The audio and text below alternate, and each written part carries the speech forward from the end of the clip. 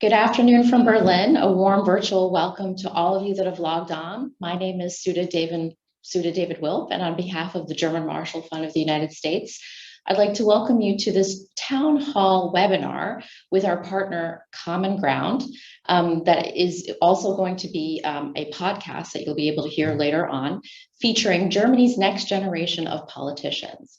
We're really happy to have a stellar group of young lawmakers from the parties that make up the Traffic Light Coalition in Berlin.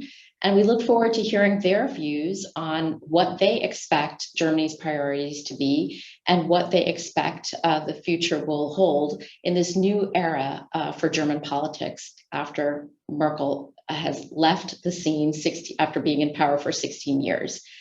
Like I said before, our town hall event will mean that you'll be able to pose questions throughout the moderated conversation. Just use the Q&A box at the bottom of your screen to pose the questions. And my colleague Sarhaddi Nelson will get to them as they come up. And without much further ado, I'd like to actually hand the floor over to Soraya, who will introduce our speakers and moderate today's conversations. She's the host of Common Ground. Soraya, take it away. Hi, everyone. Bear with me 1 second. We were having a few technical difficulties earlier, which we hopefully have settled. So thank you, Sudha, and welcome again to this town hall hosted by the German Marshall Fund and Common Ground, a weekly podcast encouraging civil debate in Berlin and beyond. Today, we are going to gain some unique and timely insight from Germany's newest generation of MPs on key challenges facing their country. As Sudha mentioned, they are the post-Merkel generation, which creates a lot of opportunity for change, but also a lot of pressure.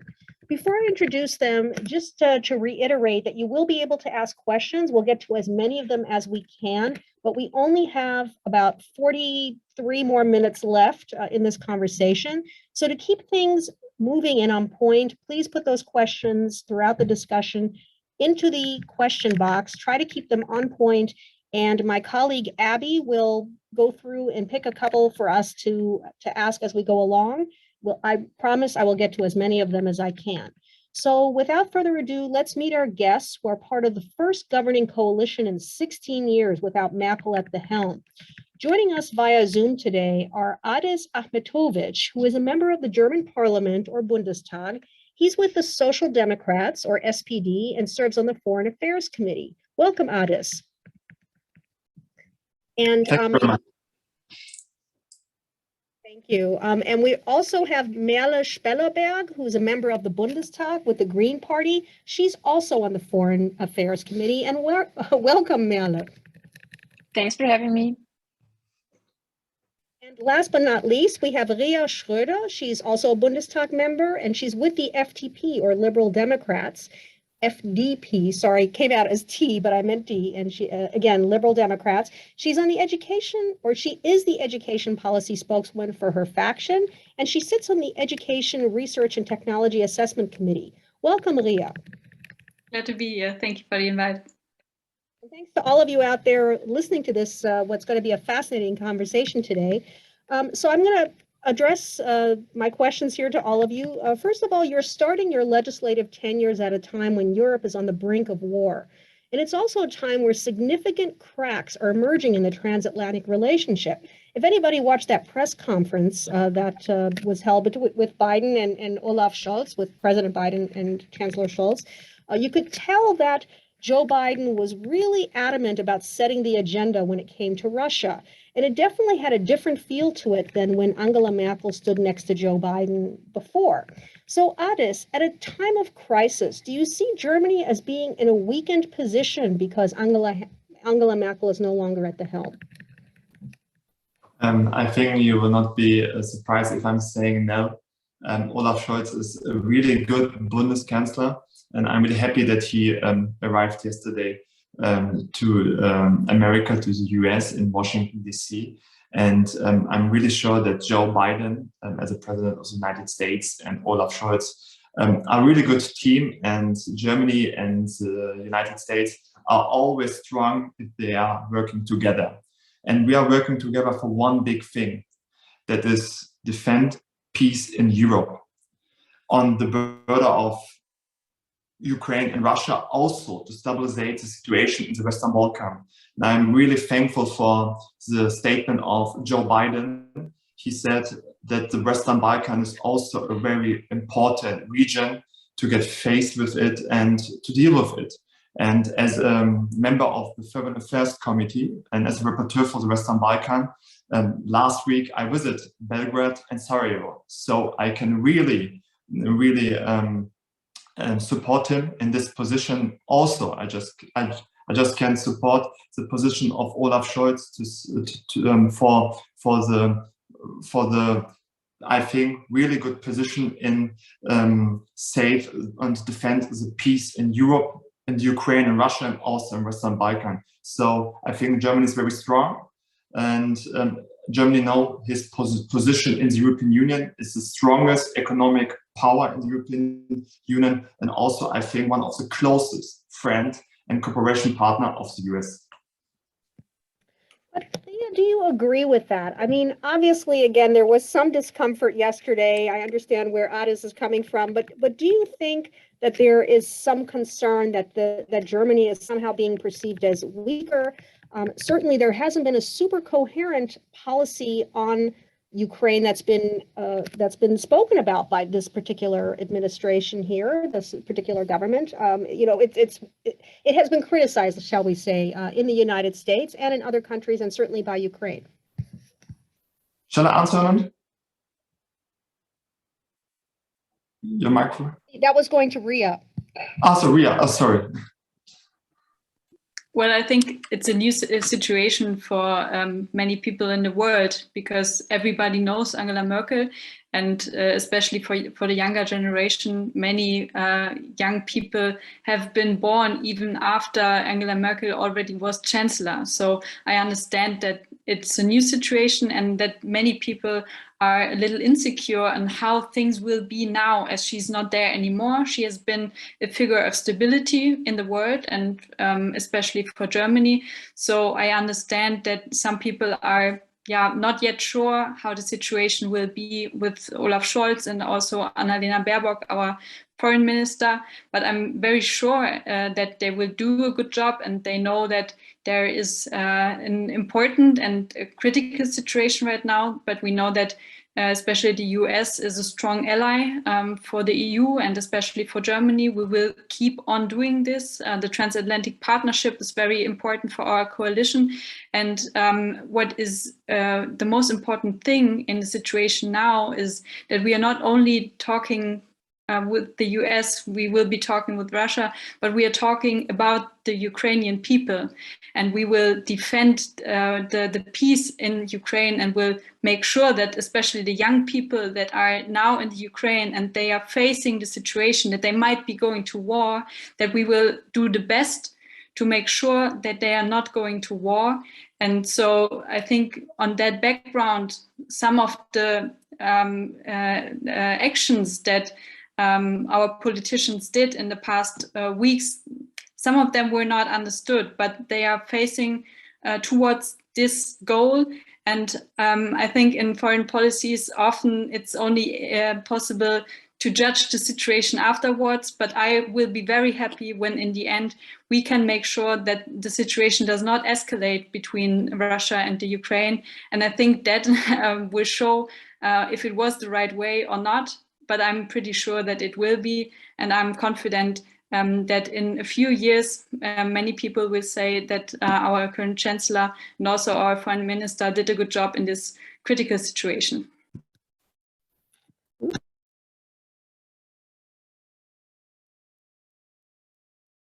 You're mute, Soraya, you're mute. Sorry about that, guys. I just want to unmute. Okay. So, Merle, do you agree? I mean, do you feel that, especially your party holds the foreign ministry, you know, that is your that is your ministry, shall we say? So I'm wondering, is the Ukraine, or is the German policy towards Ukraine what it should be? And if not, what should it be? I think it's exactly as it should be, because I think especially what our foreign minister Annalena Baerbock highlights all the time is that the only way out of the crisis is political, and that is only possible through dialogue. So as Ria already mentioned, our transatlantic partnership is the most important thing, but it's also really important to keep up the dialogue to Moscow and to have those channels open, because in the same way, supplying weapons to Ukraine does not contribute to de-escalation. And if we should change our policy in that way, that could also potentially stop those channels of dialogue. And I think that would be dangerous in the current situations. And I think another change to our former foreign policy with all we just talked about is that even though we do not have the factor of the stability of Angela Merkel, I think the foreign policy of Germany and the different ministries involved is more coherent now than it was before. Also in the way the houses work together. So let me ask each one of you then, should the transatlantic relationship be redefined? Because obviously it is different. It sounds different than it was under Angela Merkel for 16 years and through different administrations. How do you think it should be redefined? And how would you go about it? Wer von uns antwortet? Merle, ja. I might start, and maybe you can add something, because I'm not that much into foreign politics as you guys are, but so I can make the start. So what I think is we've seen a bit of struggle in the past years, not only from our side, but especially in the US government, that has not always been a stable partner as it has been in the past. So what I think is the transatlantic partnership is crucial in the world that we see now. We have the threat from Russia, we have the threat from China, and they are growing stronger. So a value-based partnership is more important than ever. But I see also that the roles have changed, and I see that Germany within the EU has to have a louder voice and has to have an own stand in many issues.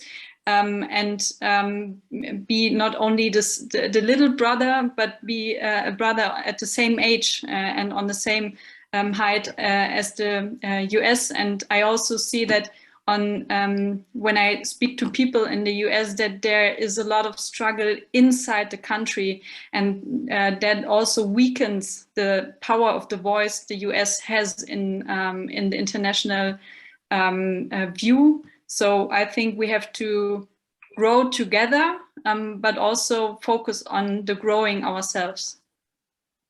Adis, you wanted to add something? Yeah, I'm not so happy about the connotation of the question, because it's a cigarette not so close cooperation between US and Germany. Chancellor Scholz was the vice chancellor of Angela Merkel. He always support the cooperation between the US and Germany. I think it doesn't change so much. Just one thing is different. The US policy for defend the peace in Ukraine is to export or import weapons. Germany has a very special, is in a very special situation because of the history, Second World War, and we decided not to import weapons in the Ukraine.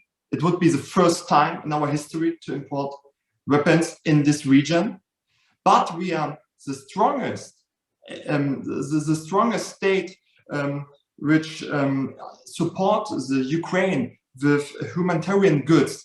And I think to save the Ukraine and especially the people in the Ukraine, we need both. And it's good that the US is supporting the Ukraine on this way, but it's also good and should be also be supported by the US, that Germany is supporting the Ukraine and the Ukraine society with humanitarian goods. So don't let's create maybe two different sides, I think it's a good teamwork in this thing, and the US should understand the special situation, the special role of Germany and the European Union, also in Europe. So I think we are in a really good way. Let's remember how difficult the situation was 2 weeks ago, and now we are on a very good way to save the peace in this region. So we have to work, as Merle mentioned, on a policy way, not on a, I think, military way.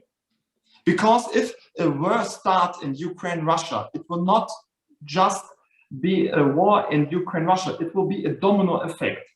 It will be a very bigger war, in my opinion. So we have to do everything not to start a war against Ukraine, Russia, maybe with Russia.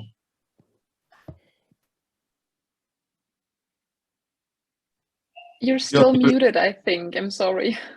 Sorry about that. Okay, one more time. So this was from, I was asking Merle to follow up. And Merle, do you think that there should be any tweaking of the relationship, or do you agree with Addis's assessment? I would definitely highlight what Addis said about the development and economic cooperation, especially when it comes to the issue of Ukraine, that our role is very important in that aspect. And when it comes to the transatlantic relation, I think we have a very strong foundation which we can build upon.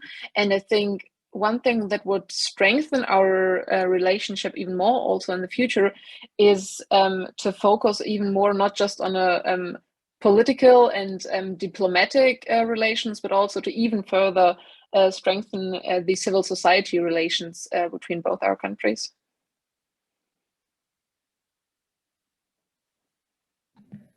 Great. So now I'm going to go to Abby and see if we have any questions from the audience. Hi, yes, we do have a few questions from the audience. We have one from Ulrika Franke. Do you think on foreign policy, there's a difference between the next generation's thinking and the generation before, or do we make too much of this and in the end there is continuity? I'd like to answer if no one else wants to start. Okay, I think that very often the differences are not that much actually between generations, but more between political backgrounds. But I think that they're also having a look at political science in the background and just the academic background, that there has been a change, generally speaking, for example, with the perspective to human security. Not saying that older generations do not support that concept, but I think in generally a younger generation has earlier learned about the concept or to deal about this. And I mean, for example, one of my main issues that I want to work on is a feminist foreign policy with all that. So, and I mean, one of the main issues of a feminist foreign policy, for example, is human security. And I think there are more younger politicians that support the idea of a feminist foreign policy, for example, and the changes that go with that approach. But I think generally talking about like conflicts of generation, there were always exceptions, but I think there is a slight change, I guess you can say. But I'm really looking forward to hear from the others. I really would like to.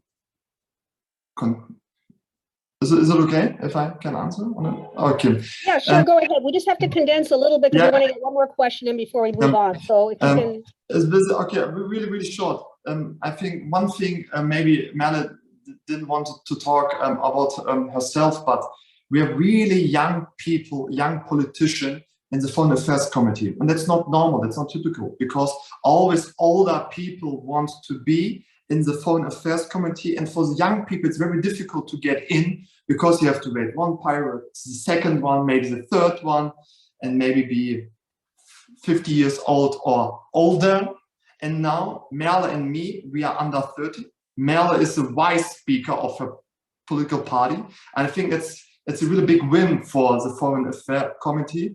And maybe I also can do some good things for my political party in my group, for the SPD group in the Foreign Affairs Committee. So I'm really happy about it to can work and teamwork with Merle together, because young people are looking different on some conflicts.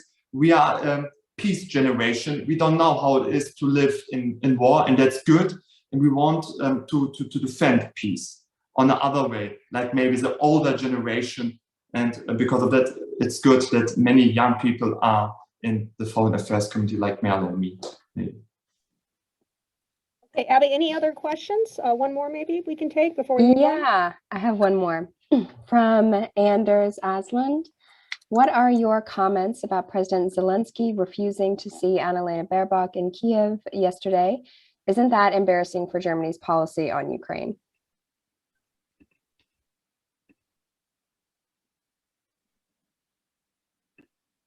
Who would like to take that?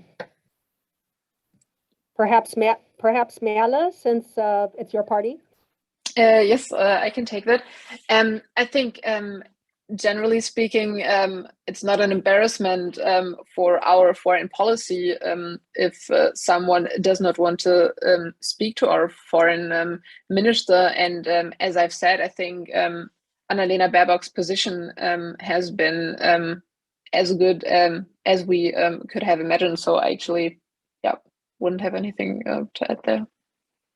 But others feel free to. Yeah, I really don't want to just defend the Foreign Affairs Ministry of Baerbock just because we're in a coalition, but I have to do it right now. It's not helpful to provocate on this way, and it's also not helpful to create maybe pressure against Germany, because we don't want to import weapon goods to Ukraine, because on the other hand we are supporting and supporting the Ukraine on the economic way and also with humanitarian goods, and no one is, or no other state is doing the same like us, and we are invest very much million of euro and dollar in the Ukraine. I think it's also a very good support, and so I was a bit surprised about the reaction yesterday and today. Well, as a quick follow-up, because we didn't mention the word Nord Stream, and that's kind of important, and it's very important to many Germans, gases, certainly, natural gas. So I'm wondering if one of you, and I'm just going to ask one of you to answer this, and you can decide which one, has any thoughts about Joe Biden being very forceful and saying, if Russia invades Ukraine, no Nord Stream, that's the end of Nord Stream 2. Is that Germany should say yes? I mean, they should be lockstep with that, or should there be pushback? And who would like to take that? Maybe it's a social democratic, maybe it's a question for such a democratic member of the parliament, but I don't know if you want to answer that, or shall I say something? I found your answer more interesting than mine. Okay. So. It's nothing new. I think Joe Biden just repeated a position of Olaf Scholz last week. And in the last week, Olaf Scholz said, if Russia attacks the Ukraine, Nord Stream 2 is a game over project. And because of that, it's nothing new. So it's okay. I just shortly add that both Scholz as well as Baerbock have made it clear in the past that an invasion of the Ukraine could include a suspension of Nord Stream 2. And I mean, as a Green Party, we've never been a real fan of Nord Stream 2 neither, and that's no secret either. Okay, so we're going to move on to domestic issues because we're a little tight on time. We only have 20 more minutes. So basically, I'm going to start with Ria, and I'm going to ask you, do you think Germany can maintain its competitiveness when it comes to innovation in tech? I mean, certainly it's been lagging behind in some areas. China offers great competition. What do you think? And how would you fix it if, or how are you planning to fix it? I mean, we as Germany, we do not have like resources from the ground or anything. What we have is the resource that comes with people and with the education that we offer them. So what I think is very important is that we do not lose the talents that we have in our country, and that we invest more in education and in the universities that we have, because I see that countries like China try to compete in these sections, but not in a way that we like to compete. We want to make the rules when it comes to human rights, with the when it comes to privacy, for example, which we think is very important. So if we develop new technologies, it has to be very important that we do that on the base of values. And I think we can only compete when we are stronger and better, but on the basis of values. And that is why I think education will be much more important in the future. And that is why I am a member of the education part of the Bundestag. So I think it's so important, but we are able to do it when we set the framework for it now.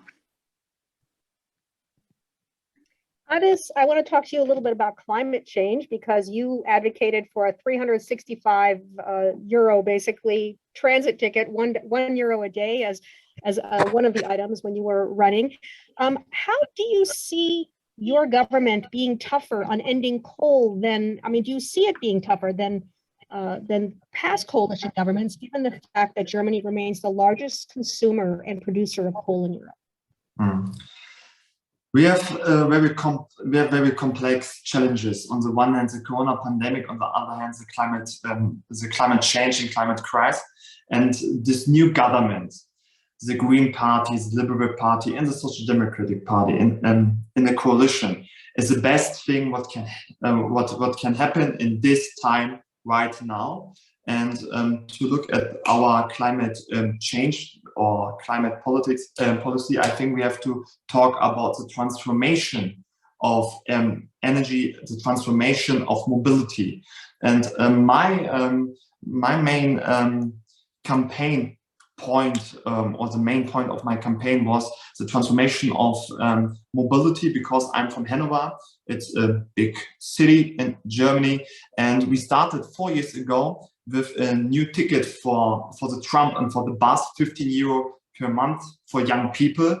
And so many young people use the tram and also new mobilities like the bus. And I think, like in Vienna, the 365 euro ticket can motivate the people to let the cars at home, or not to use the car, and start to drive and to use the bus and also the train. That's one big issue and challenge to change the mobility, because we in Germany have a very special feelings if we are talking about the car, because at the same time it's also a very big industry with many working places, and we have to do it on a very social way. And because of that, this coalition with the Liberal and the Green and with the Social Democratic Party is the best combination to get a climate position, a social position, and also economic position. We also can talk about another things for the climate, for stop the climate change, like the transformation of the industry or the transformation of building houses and flats. But for me, the mobility is the biggest challenge, and I will try to get some new points to get new innovations, especially for big cities in Germany. Okay, Merle, I'm going to ask you the last question before we go back to audience questions here, and that is about migration. Making it easier for immigrants to come to Germany to live and work is something previous governments have talked about, but have not been very successful at fixing. They've also promised a coherent refugee policy, which is yet to happen. Do you think your Bundestag can actually make headway on these issues, considering everything that's going on with Ukraine and with mobility and climate change? I actually am very convinced that we have a real chance of achieving these issues, because all of our parties share a common idea when it comes to migration, especially when it comes to migration of people who want to work here and who are qualified. And I think, for example, when we look at the situation at the border between Poland and Belarus, we see that we had, I mean, like everybody started talking about hybrid warfare when it came to a situation where one should also talk about the humanitarian crisis and the people who were in real danger there. And I think the only, I mean, like, there are many relevant points when it comes to this discussion, majorly being having a dictator in Belarus who was, using the situation of these people. But the thing is, and I think that's one aspect that was not highlighted enough, is that if the European Union, if Germany would have a decent migration policy and a decent refugee policy, Lukashenko wouldn't have had the chance to use these people to suppress the European Union. So I think that's there are many aspects who play a role, and I think we have a real chance in this coalition to actually tackle that topic. Abby, any questions from the audience? I don't have any new questions. I have a couple from the past section that I can pull from, if you'd like. Yeah, sure. I mean, let's pull one. Okay. What could be the future of German policy toward the Western Balkans? Oh, Adis has to answer that one. Oh, as I mentioned before, last week I visited 2.5 days Belgrade and 2.5 days Sarajevo, because I'm a bit afraid of the situation in the Western Balkan.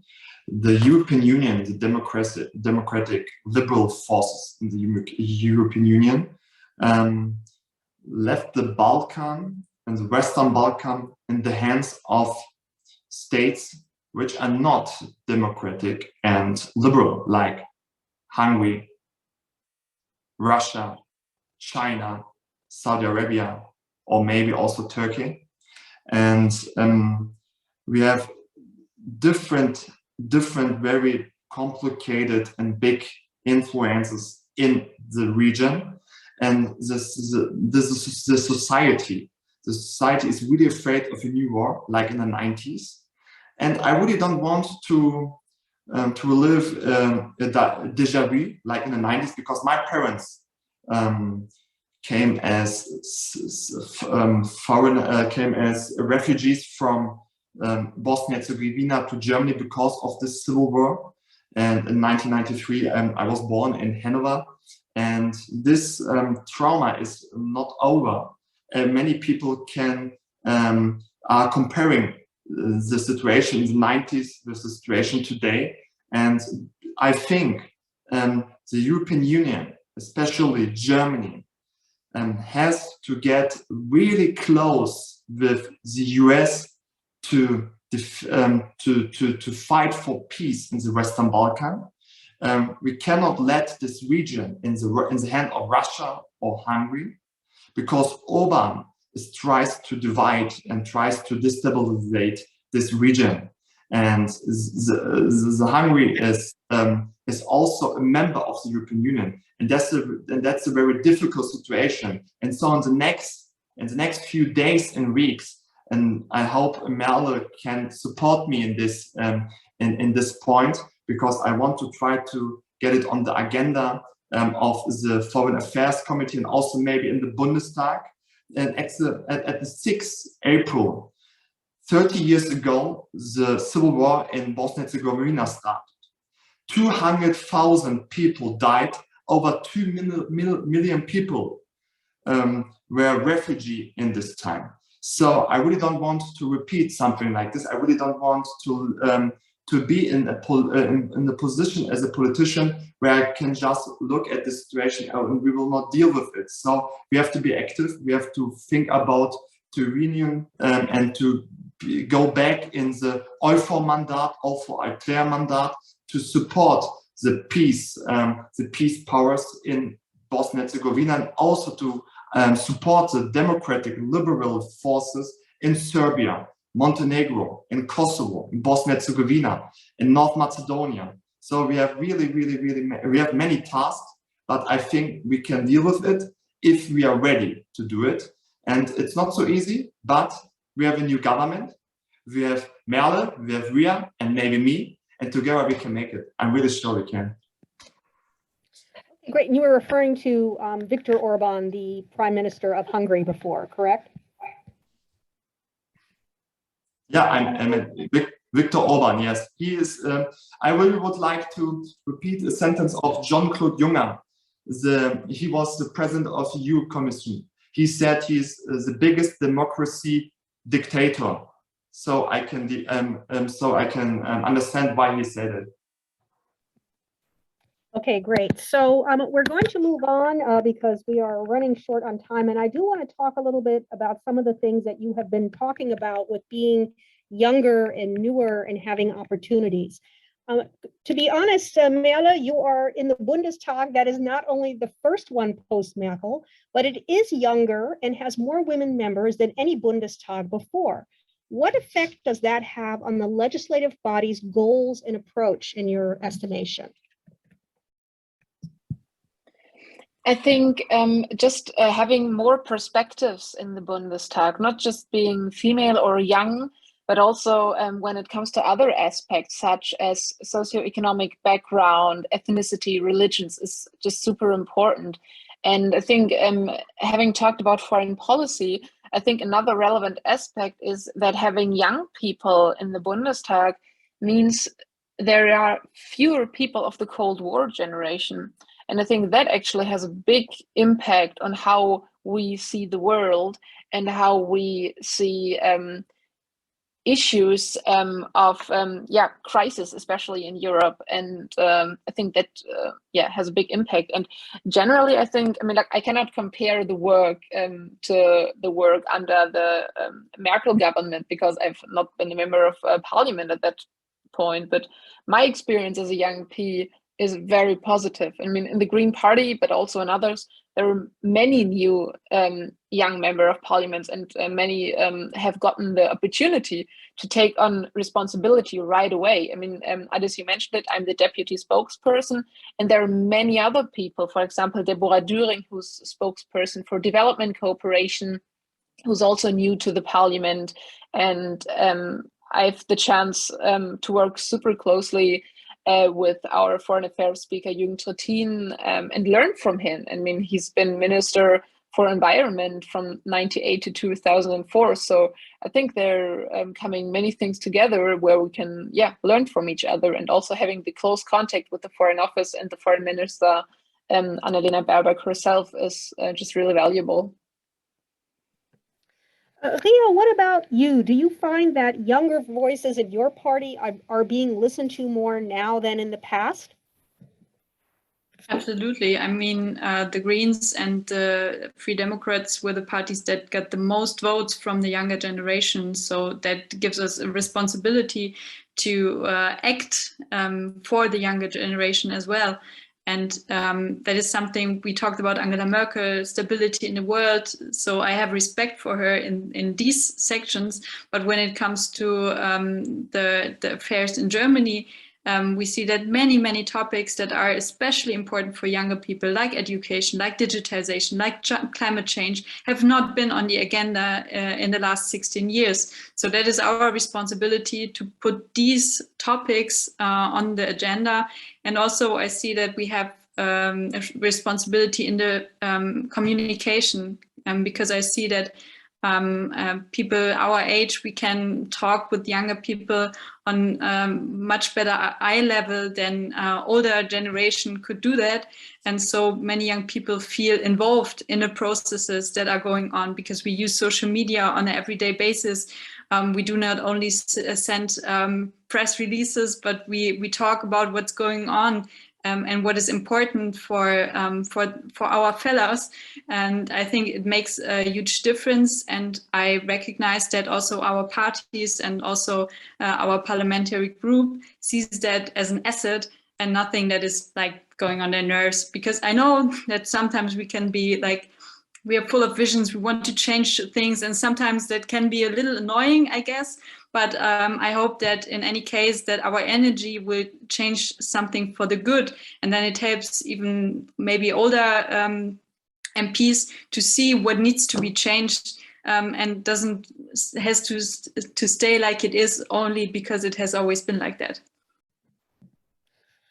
Adis, you're in a party, obviously, that was part of the last government and the government before that. Are you finding it as a young social democrat? And the young social democrats didn't always agree with what the coalition partners from before were doing. So I'm wondering, is it hard to sort of cast off these decisions that the younger part or the more progressive part of the social democrats did not agree with, now that you're sort of the leading coalition member in the coalition? I wasn't a member of the German Bundestag the last time, but I also was not the biggest fan of the old coalition. Surprise, surprise! And now I'm a big fan of the new coalition. It's so nice to work together with Ria and Merle. We are so young, and if you are going in the Bundestag and if you're seeing the parliament and the committees, there are so many young, female, diverse people with different backgrounds. My background is also international, and Ria said her party was voted of the young people the most, or was on the first place.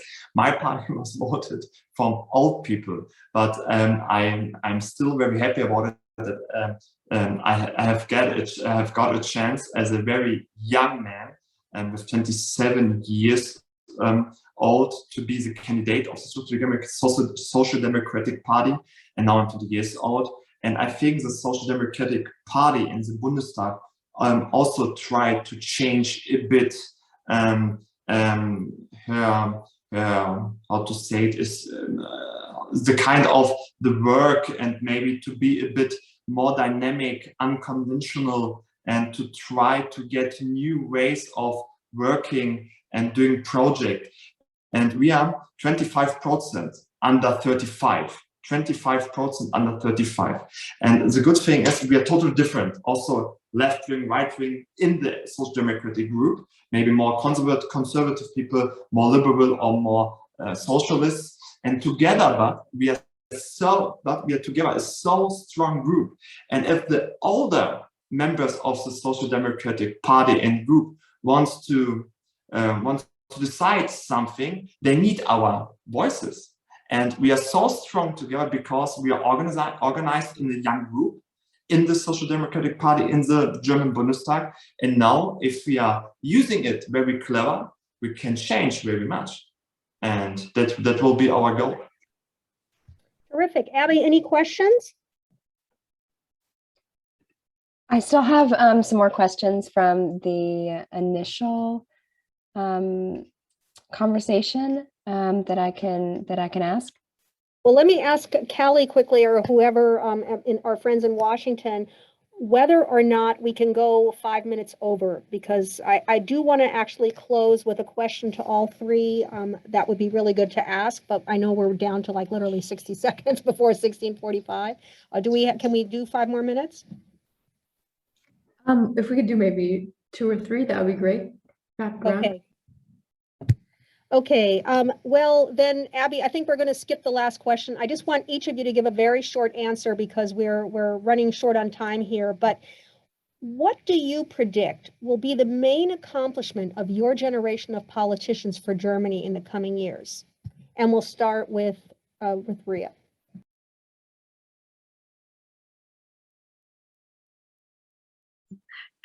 tough question.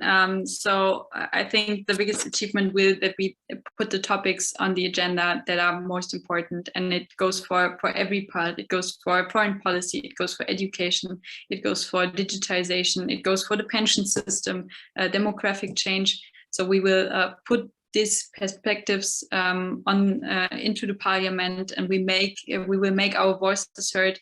And we will not only have them be heard, but also taken into action. Adis, what about you? What do you see as the main accomplishment that your generation of politicians is going to bring Germany? Peace, democracy, and to fight for these both things. We have to fight for fundamental things, for something what is for our generation normal, but it's not normal anymore. We really have to fight for peace and democracy in the European Union and also in Europe. And I think that it is. Merle? I think our solutions or our what we will achieve will mostly be that we don't look at politics from the perspective what's best today or what do we need today, but also what we need in the future. And I think that's the major change that actually has an influence, an impact on everything, be it generation equality, be it climate change, and many other aspects, also pensions that Ria already mentioned. And I think, just having the long-term perspective involved in every decision we make is the one thing that we will contribute. Well, thank you so much. That's a great note to end on. Unfortunately, this is all the time we have, and my apologies to the audience that we couldn't take more questions. A big thank you to our panelists, Bundestag members Adis Ahmetovic of the SPD, Merle Spellerberg of the Greens, and Ria Schröder of the FDP. And thank you so much for joining us and for your questions today. Have a great rest of your day. Thank you very much. Thank you. Goodbye. Thanks. Goodbye.